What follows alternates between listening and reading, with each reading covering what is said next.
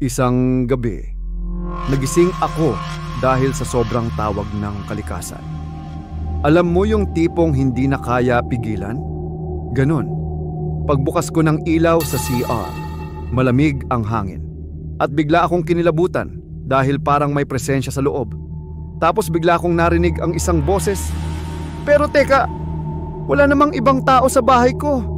Sabi nung boses, may toothpaste ka ba dyan? At doon ako nanigas. Pero syempre curious din ako, kaya tumingin ako sa salamin. At doon ko nakita isang multo. At hindi ordinaryong multo, bunggal na multo. Oo, walang harapang ngipin. At hindi ko alam kung matatakot ako o maawa. Para siyang nag-audition as Halloween mascot, pero kulang sa dental records. Hindi siya sumigaw, hindi siya nanghabol, hindi siya nanakot. Alam mo kung ano ang sinabi niya? Hindi ako masamang multo. Naghahanap lang ako ng pampaputi ng ngipin. Napatingin ako sa kanya. Naghahanap daw ng pampaputi. Pero wala naman siyang ngipin. At hindi ko talaga mapigilan. Sabi ko sa sarili ko, paano mo papaputiin ang wala? Tapos umupo pa siya sa sahig ng CR. At sa isang iglap, nagkukuwento na siya tungkol sa buhay niya. Sabi niya, namimiss daw niyang ngumiti. Pero tuwing ngingiti siya, lalo daw natatakot ang mga tao kasi wala silang makita. At doon ako natawa kasi imagine mo, multong bungal na umi-effort ngumiti. Pero ang pinaka nakakatawa, habang nagkukuwento siya, nadulas pa siya sa basang sahig. At narinig ko siyang umalma. Ay aray! At doon ko na-confirm. Kahit multo pala, natatagilid din pag nadudulas. Sa huli, nagpasalamat siya. Sabi niya, bihira lang daw may hindi tumatakbo kapag nakikita siya. At bago siya manawala, nagtanong pa ulit. Baka naman may mouthwash ka rin, para fresh kahit wala. At mula noon, tuwing hating gabi, may naririnig ako sa CR. Hindi sigaw, hindi iyak, hindi kaluskos, kundi yung boses na nagsasabing, uy! Nandyan ka ba? Dental care tayo. At dun ko napagtanto na minsan ang multo hindi naman masama. Minsan naghahanap lang ng hygiene products. Ang multong bungal bumalik para manghiram ng conditioner. Akala ko tapos na ang lahat. Akala ko yung multong bungal sa CR ay isang one-time scare lang. Pero hindi pala, dahil kinabukasan, bumalik siya. At ang pinaka nakakainis, ang timing. Naligong pa-cute pa naman ako dahil may video call sana ako sa crush ko. Habang nagsasabon ako, may biglang malamig na hangin na dumampi sa batok ko. At doon ko naisip, ay, eto na naman. Hindi pa tapos yung dental care niya. At ayun na nga. Narinig ko yung boses niya. Yung boses na parang galing sa lumang electric fan. Sabi niya, Hoy, may conditioner ka ba? At sa utak ko, ha? Kahapon toothpaste, ngayon conditioner? Ano to, Watson's Branch? Pero nagpatuloy siya. Sabi niya, pasensya na. Nagmamadali kasi ako kagabi. Hindi ako nakapagtanong. Baka pwede na rin makishampoo. At syempre, curious ako. Bakit ka magkukonditioner? Wala kang ampuhok. Isip ko lang yan ha. Pero halatang narinig niya. Sinabi niya, para sa multo ring nakakrush ko. Kahit wala akong buhok, gusto ko fresh. At doon ako napaupo sa sahig. Hindi dahil natakot ako, pero dahil natatawa ako. Imagine mo, multong bungal, kalbo, naghahanap ng conditioner para sa love life. Sabi niya, kung wala ka niyan kahit leave-on oil lang. Nagpaliwanag pa ako. Kuya, hindi kita pinagdadamutan, pero bakit sa CR ko ka humihingi ng buong hair care routine? Tapos nagdrama pa siya na parang teleserye. Wala kasi akong bahay ngayon. Sa CR mo malamig. At amoy lavender. At bago siya maglaho, may iniwan siyang mensahe. Bukas ulit ha, magtatanong ako kung may facial wash ka. At doon ko na-realize, hindi ako binibisita ng multo. May tumira na sa CR ko.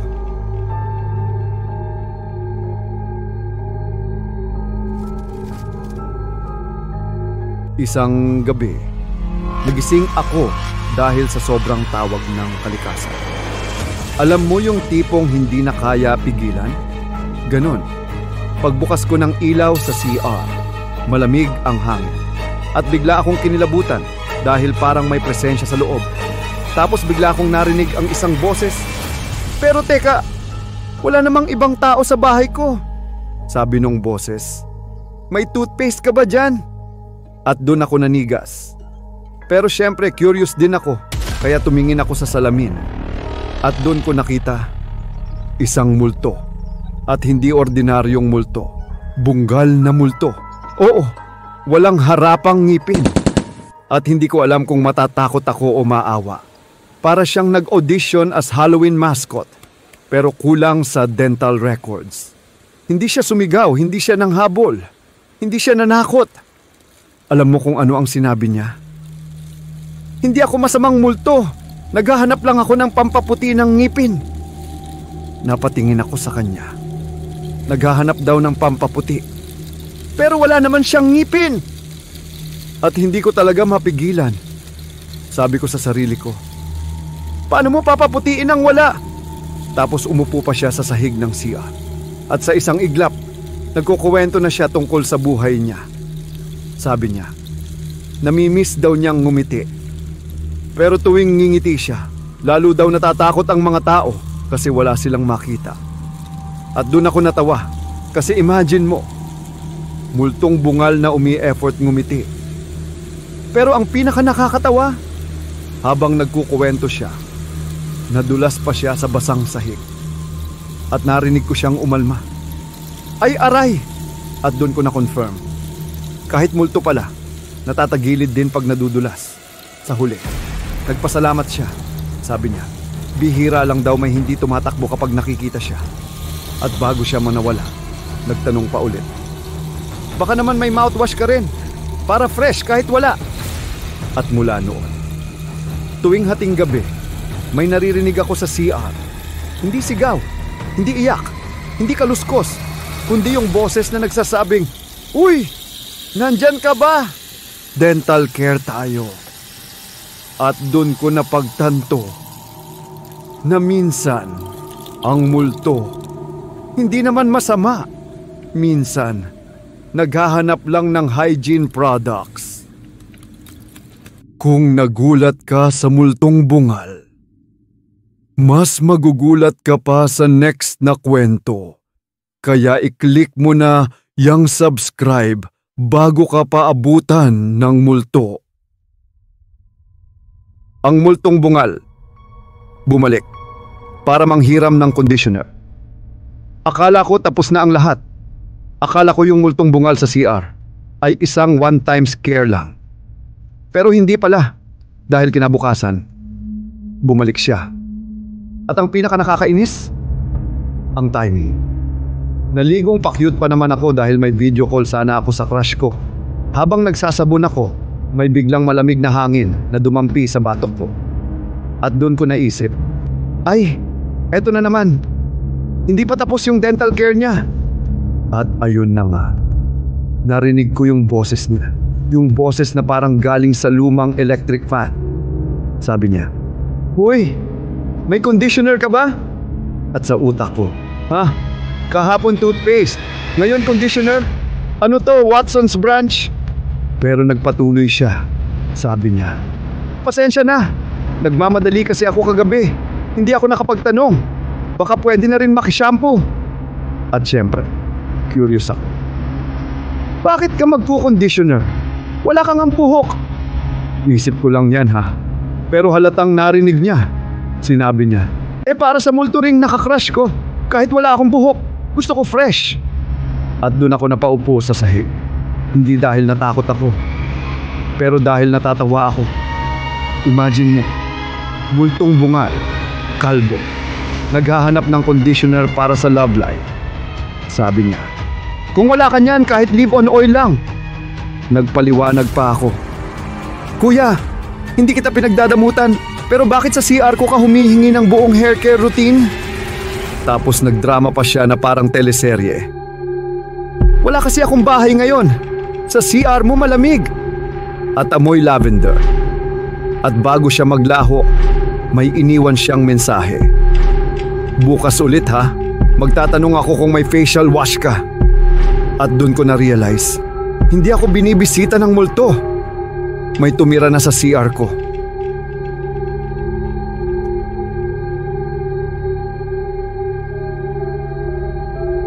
Kung umabot ka dito, wala ka nang ligtas.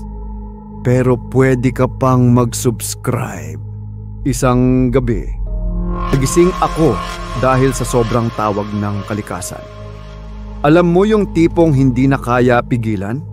Ganon. Pagbukas ko ng ilaw sa CR, malamig ang hangin. At bigla akong kinilabutan dahil parang may presensya sa loob. Tapos bigla akong narinig ang isang boses. Pero teka, wala namang ibang tao sa bahay ko. Sabi nung boses, may toothpaste ka ba dyan? At doon ako nanigas. Pero syempre curious din ako, kaya tumingin ako sa salamin. At doon ko nakita, isang multo. At hindi ordinaryong multo, bunggal na multo. Oo, walang harapang ngipin. At hindi ko alam kung matatakot ako o maawa. Para siyang nag-audition as Halloween mascot, pero kulang sa dental records. Hindi siya sumigaw, hindi siya nanghabol, hindi siya nanakot. Alam mo kung ano ang sinabi niya? Hindi ako masamang multo, naghahanap lang ako ng pampaputi ng ngipin. Napatingin ako sa kanya. Naghahanap daw ng pampaputi. Pero wala naman siyang ngipin. At hindi ko talaga mapigilan. Sabi ko sa sarili ko, paano mo papaputiin ang wala? Tapos umupo pa siya sa sahig ng CR. At sa isang iglap, nagkukuwento na siya tungkol sa buhay niya. Sabi niya, namimiss daw niyang ngumiti. Pero tuwing ngingiti siya, lalo daw natatakot ang mga tao kasi wala silang makita. At doon ako natawa kasi imagine mo, multong bungal na umi-effort ngumiti. Pero ang pinaka nakakatawa, habang nagkukuwento siya, nadulas pa siya sa basang sahig. At narinig ko siyang umalma. Ay aray! At doon ko na-confirm. Kahit multo pala, natatagilid din pag nadudulas. Sa huli, nagpasalamat siya. Sabi niya, bihira lang daw may hindi tumatakbo kapag nakikita siya. At bago siya manawala, nagtanong pa ulit. Baka naman may mouthwash ka rin, para fresh kahit wala. At mula noon, tuwing hating gabi, may naririnig ako sa CR. Hindi sigaw, hindi iyak, hindi kaluskos, kundi yung boses na nagsasabing, uy, nandyan ka ba? Dental care tayo. At dun ko napagtanto na minsan ang multo hindi naman masama. Minsan, naghahanap lang ng hygiene products. Kung nagulat ka sa multong bungal, mas magugulat ka pa sa next na kwento. Kaya i-click mo na yung subscribe bago ka pa abutan ng multo. Ang multong bungal bumalik para manghiram ng conditioner. Akala ko tapos na ang lahat. Akala ko yung multong bungal sa CR ay isang one-time scare lang. Pero hindi pala, dahil kinabukasan, bumalik siya. At ang pinaka nakakainis, ang timing. Naligong pa-cute pa naman ako dahil may video call sana ako sa crush ko. Habang nagsasabon ako, may biglang malamig na hangin na dumampi sa batok ko. At doon ko naisip, ay, eto na naman. Hindi pa tapos yung dental care niya. At ayun na nga. Narinig ko yung boses niya. Yung boses na parang galing sa lumang electric fan. Sabi niya, "Uy, may conditioner ka ba?" At sa utak ko, "Ha? Kahapon toothpaste, ngayon conditioner? Ano to, Watson's Branch?" Pero nagpatuloy siya. Sabi niya, "Pasensya na. Nagmamadali kasi ako kagabi. Hindi ako nakapagtanong. Baka pwede na rin makishampoo." At syempre, curious ako. Bakit ka magpo-conditioner? Wala kang ang buhok. Isip ko lang yan ha. Pero halatang narinig niya. Sinabi niya, para sa multo ring nakakrush ko. Kahit wala akong buhok, gusto ko fresh. At doon ako napaupo sa sahig. Hindi dahil natakot ako, pero dahil natatawa ako. Imagine mo, multong bungal, kalbo, naghahanap ng conditioner para sa love life.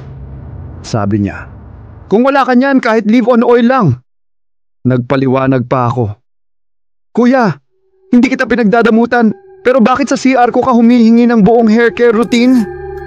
Tapos nagdrama pa siya na parang teleserye. Wala kasi akong bahay ngayon. Sa CR mo malamig. At amoy lavender. At bago siya maglaho, may iniwan siyang mensahe. Bukas ulit ha, magtatanong ako kung may facial wash ka. At dun ko na-realize, hindi ako binibisita ng multo. May tumira na sa CR ko.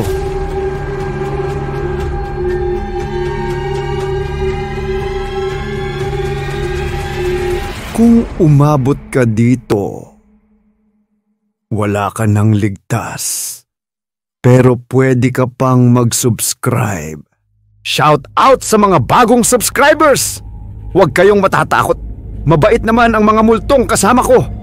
Minsan, si Rich, 24, aspiring content creator na mahilig sa murang deals, ay naghahanap ng tirahan matapos siyang paalisin ng dating landlord dahil too much energy daw siya.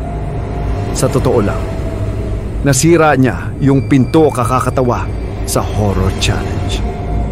Kaya nang makita niya sa online listing ang Room 7, 1,200 pesos lang, may sariling CR, may salamin, may charm, ay agad siyang nagpunta. At doon niya nakilala si Mang Bert, ang caretaker. Sigurado ka ba, iho? Tanong nito habang nagbubukas ng gate. Ang dami ng, mabilis umalis sa room 7. Kasi mura, tanong ni Rich. Medyo may history. History? Like ghosting? Exactly! As in literal na ghost! Pero natawa lang si Rich. Content creator siya. Perfect ito para sa vlog. Ay, ang unang gabi pagkapasok niya sa room 7. Simple lang ang setup. Kama, maliit na mesa, at isang malaking lumang salamin na parang galing pa sa panahon ng mga ninuno. Nag-selfie agad si Rich. Guys, this is your boy Rich. Nasa bago na naman tayong Haunted Room Challenge. Pero bigla siyang natigilan. Sa likod niya sa selfie, may nakangiting babae sa salamin. Long hair, puting dress. Pero, pixelated. Teka, bakit pixelated yung multo? HD naman phone ko. Tumalikod siya, walang tao. Sumilip ulit sa salamin. Nandun pa rin ang babae. Nakangiti, kumakaway. Hoy, friendly ka naman pala. Pang-content ka ba? Kumurap ang babae. Pagbalik ng tingin niya, may hawak na itong plato na may nakasulat, "Pakain ka naman." Delivery nightmare. Dahil mabait si Rich, nagpa-deliver siya ng tapsilog para sa kanila. Pagdating ng Grab driver, "Sir, bakit po may umiiyak sa likod nyo kanina?" "Ha? Wala po." "Ay, multo lang yon. Huwag ka na po mag-alala." Okay po. Wait, ano?" Pagbalik sa loob, naghain si Rich sa harap ng salamin. "Uy, kain na kayo guys. Huwag kayo mag-away ha." Pagtingin niya sa salamin, 3 na ang multo, yung babae, isang matandang lalaki at isang batang may dalang laruan. Tuwang-tuwa si Rich. "Uy, complete family set! Di ba may kasama pang toy?" Pero ang 3, sabay-sabay, tumingin sa kanya. Sa salamin, nakasulat na ngayon ang mga letra gamit ang dugo o ketchup. "Sumama ka sa amin." Tawa lang si Rich. "Grabe naman kayo, first night pa lang, gusto nyo na ako isama? Hindi muna tayo magpa-familiarization?" 3, ang tunay na rule. Kinabukasan, tinawag siya ni Mang Bert. "Iho, may nakalimutan akong sabihin." "Yung rent? Yung deposit?" "Hindi, yung rule. Ang room 7 may golden rule." Napakurap si Rich. "Ano yon? Dapat may dalang lucky charm?" "Mas simple pa. Lumunok si Mang Bert. Huwag na huwag tumitingin sa salamin pag nasa likod mo sila. Oh, too late na po yata. Sabi na eh, kaya nga mabilis maubos tenant dito. Pero bakit naman? Friendly naman sila ah. Friendly sila sa una. Pero habang tumatagal, kinokopya nila ang katawan ng tumitingin sa salamin. Napatingin si Rich sa salamin. Nandoon siya, pero yung reflection niya ngayon, nakangiti ng sobrang laki, lampas tenga. Ay, putik. Ika-4, ang kopya. Mula sa salamin lumapit ang reflection Rich. Pero ang tunay na Rich, hindi gumalaw. Kasi hindi 3D yung reflection, flat pa rin. Naglalakad pero parang karton na pinilit gawing buhay. Ang pangit ko sa version na yan. Bakit ang laki ng mata ko? Bumulong ang reflection. Palit tayo. Naku po, ayoko ng swap-swap.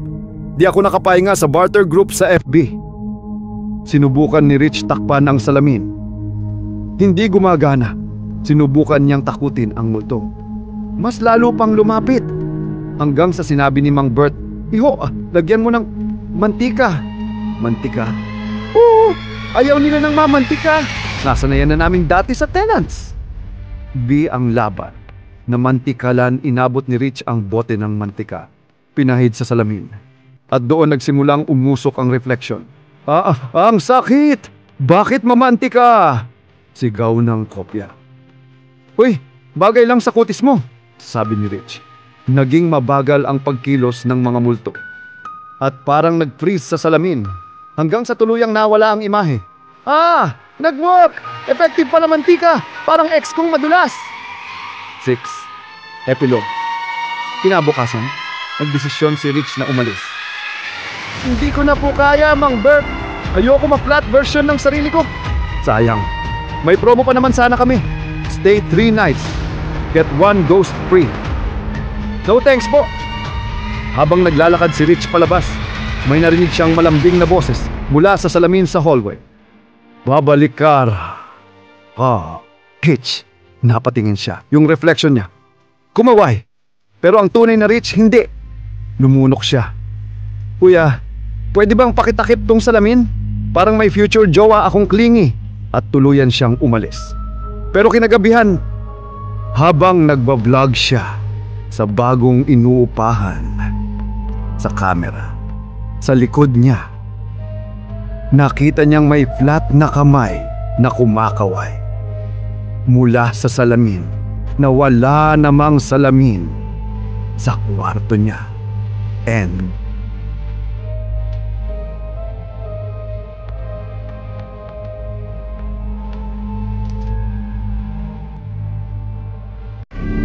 sa bayan ng Malasintas, kilala ang lahat sa pagiging matatakutin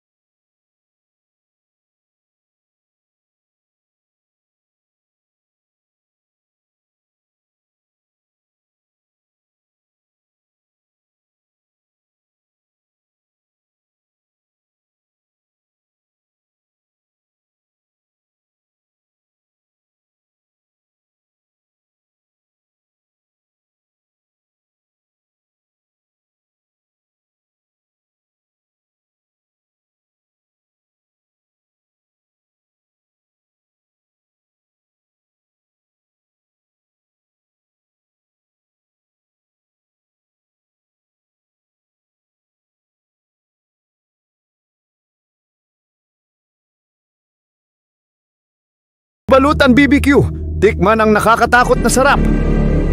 At si Dodong, nagpapalibre araw-araw.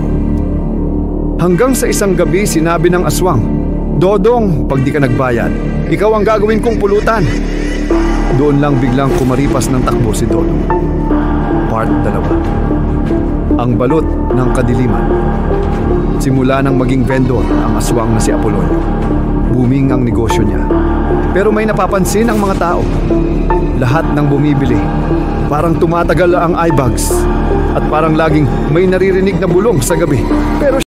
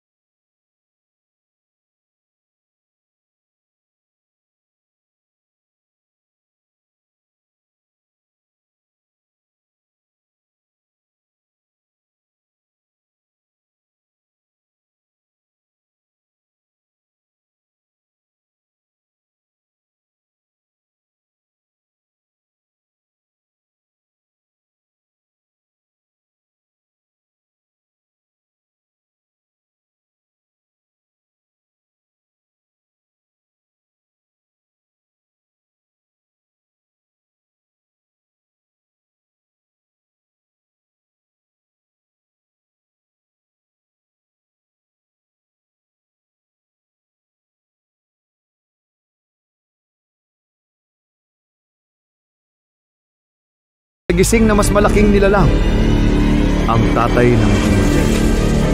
At galit na galit siya magsimula na gulong. Tahimik ang bata. Bigla, Doom! Doom! Doom! Umuga ang lupa. Tumakbo si Dodong palabas ng bahay. Nakabrief lang. Sumigaw ang asawa.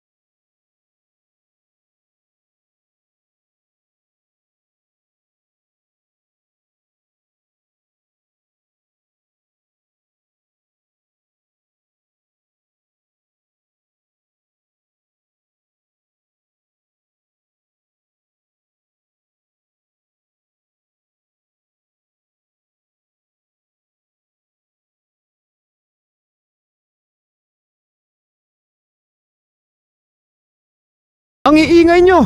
Nanliligaw pa naman yung multo ng kapitbahay sa akin! Tinuro niya ang Demon Dad.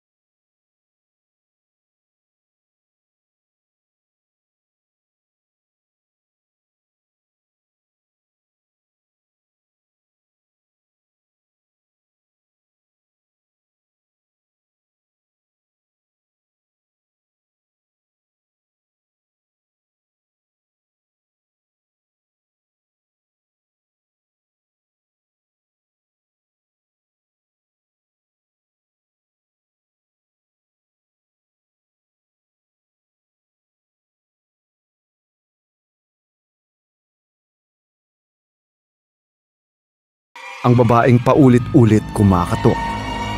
Sa isang tahimik at medyo liblib na barangay, may maliit na bahay na inuupahan ni Mina at Jessa, magkaibigan mula pa senior high. Balak lang sana nilang tumira doon ng ilang buwan habang tapos ang internship nila. Maliit, medyo luma, medyo amoy kahapon. Pero mura at may sariling gate, kaya go. Isang gabi, habang gumagawa sila ng project, sobra nang inaantok si Jessa. "Girl, last paragraph na lang please," sabi niya habang pinipilit buksan ang mata. "Last paragraph muna, yan since 9 p.m. sagot ni Mina. "Nagsiserve ng 3-in-1 na sobrang tamis, parang juice. 12:30. Tahimik ang buong paligid, maliban sa hikab at pagtipa nila sa keyboard. Hanggang sa "Talk! Talk! Talk!" Pareho silang natigilan. "Uy! May kumatok!" bulong ni Jessa. "Malay mo pusa lang," sagot ni Mina. "3 magkakasunod na tok! Malaki yung pusa!" Napilitang tumayo si Mina. Lumapit sa pinto. Dumikit ang tenga niya doon. Walang tunog, walang yabag. Pero ramdam niya yung presence. Yung parang may taong nakatayo sa kabila.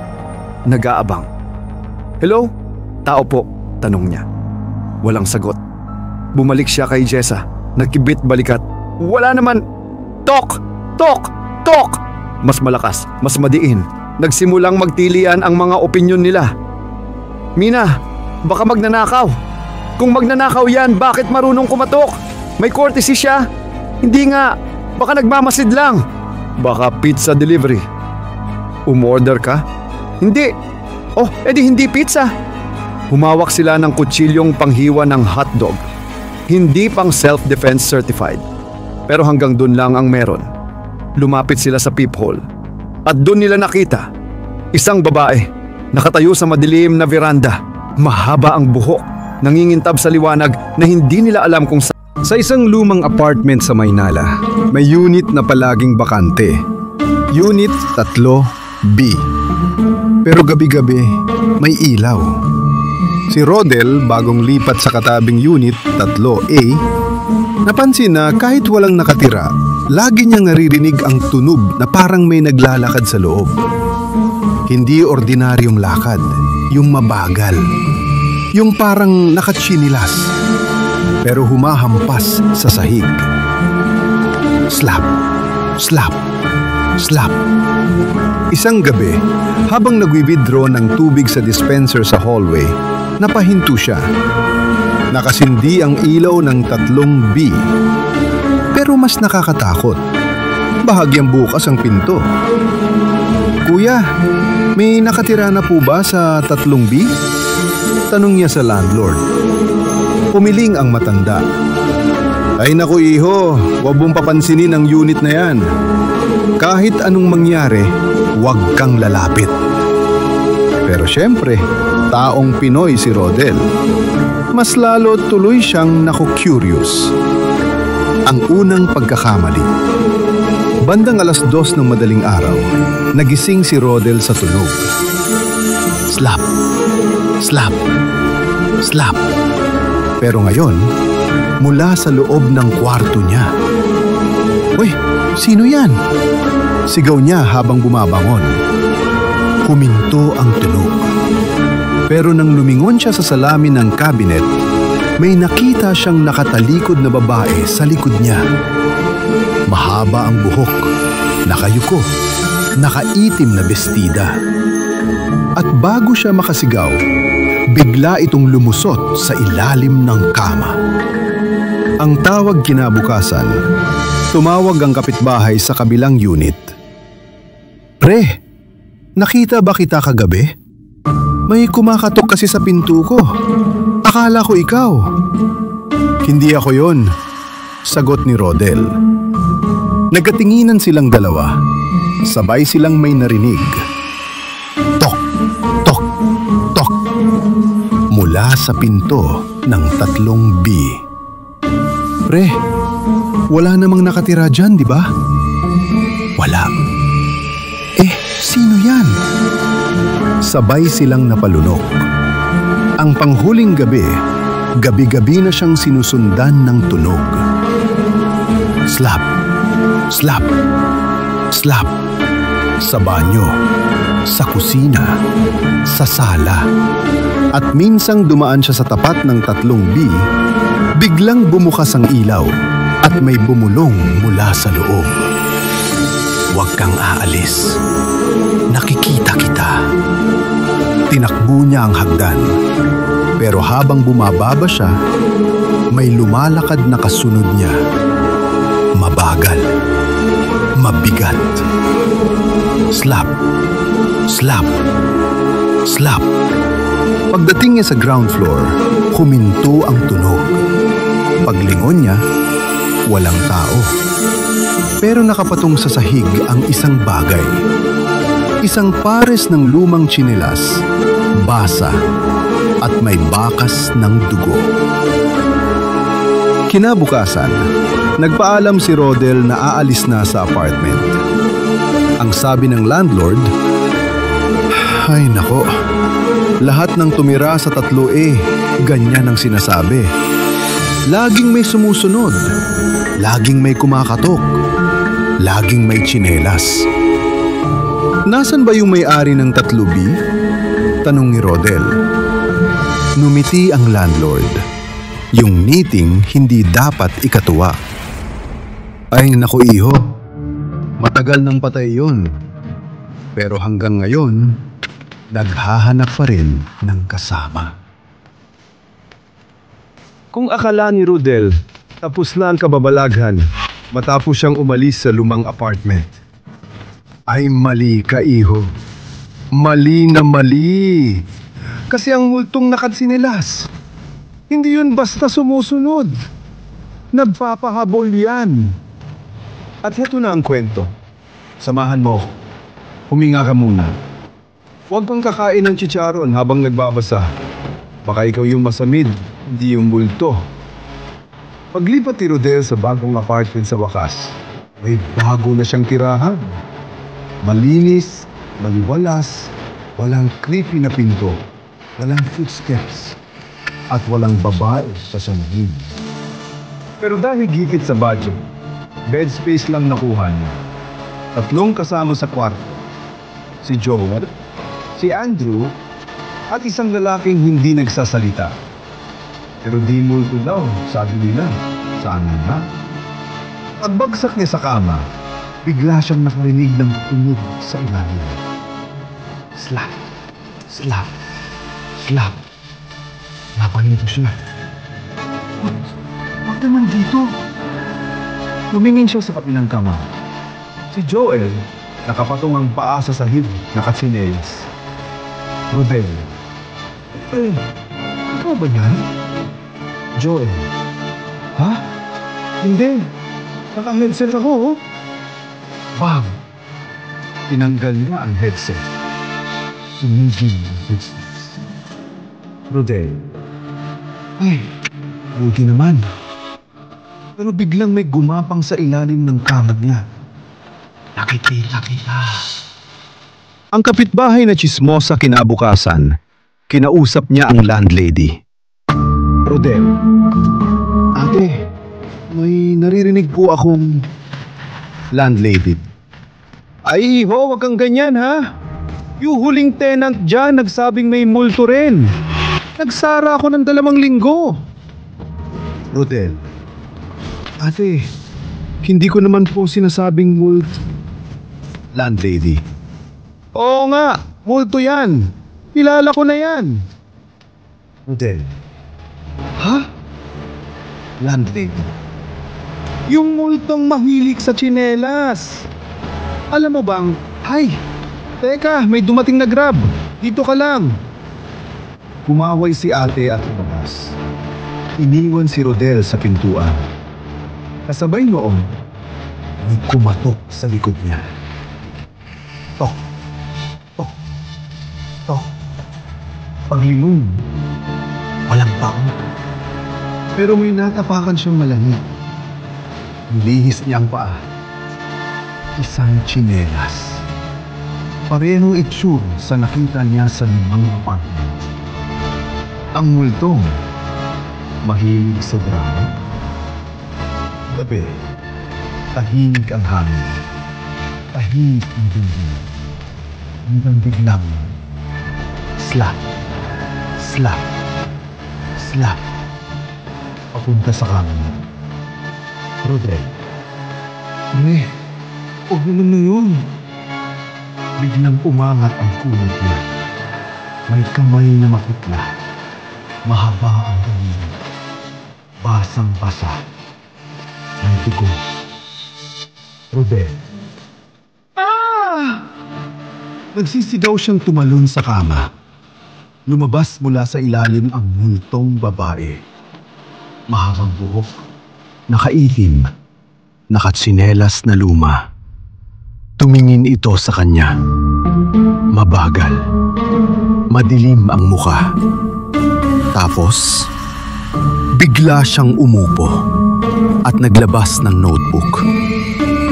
May assignment ka ba? Hindi mo pa ginagawa? Rodel. Ha? Ako dati di ko rin ginagawa. Ayon, di ako nakagraduate. Rodel. Ate, multo ka pero lecture pinunta mo? Oo. Gusto mo bang di ka rin magtagumpay? Rodel. Hindi po. Kaya ayusin mo ang buhay mo. At nagwailing siya na parang kombinasyon ng sigaw ng multo at tita na naapakan ng bagong pedicure. Rodel. Ate, sorry na. Gagawa na ako ng assignment kahit wala. Ang pinakamasayang magtropa, si Rodel at ang multo.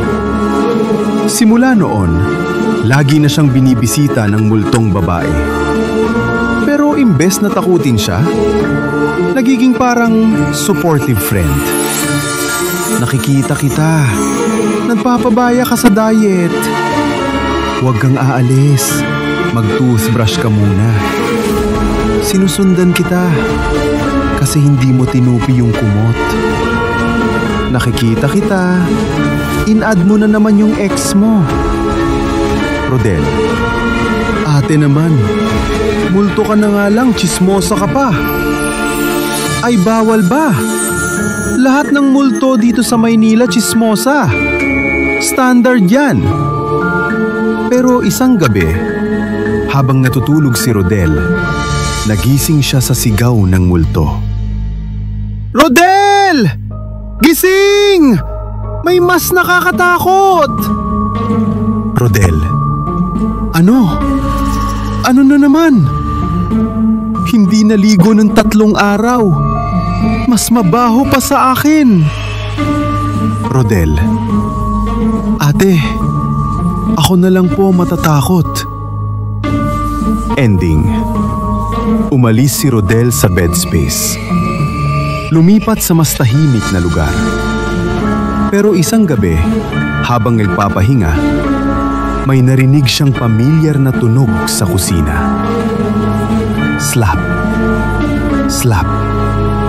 Slap. Rodel. Ate, ikaw ba yan? Lumipat ka rin? Lumabas ang multong babae. Bit-bit ang tsinelas. Oo, magkakampi na tayo. At saka, may dala kong adobo. Rodel. Ate, multo ka ba o nanay? Pwede bang both? At sabay silang tumawa. Nang mahina, nang malakas. Nang parang 2 baliw sa apartment. Pero isang bagay ang hindi alam ni Rodel. Sa likod ng multong babae, may isa pang anino. Mas matangkad, mas madilim, at may kaparehong slap, slap, slap. To be continued.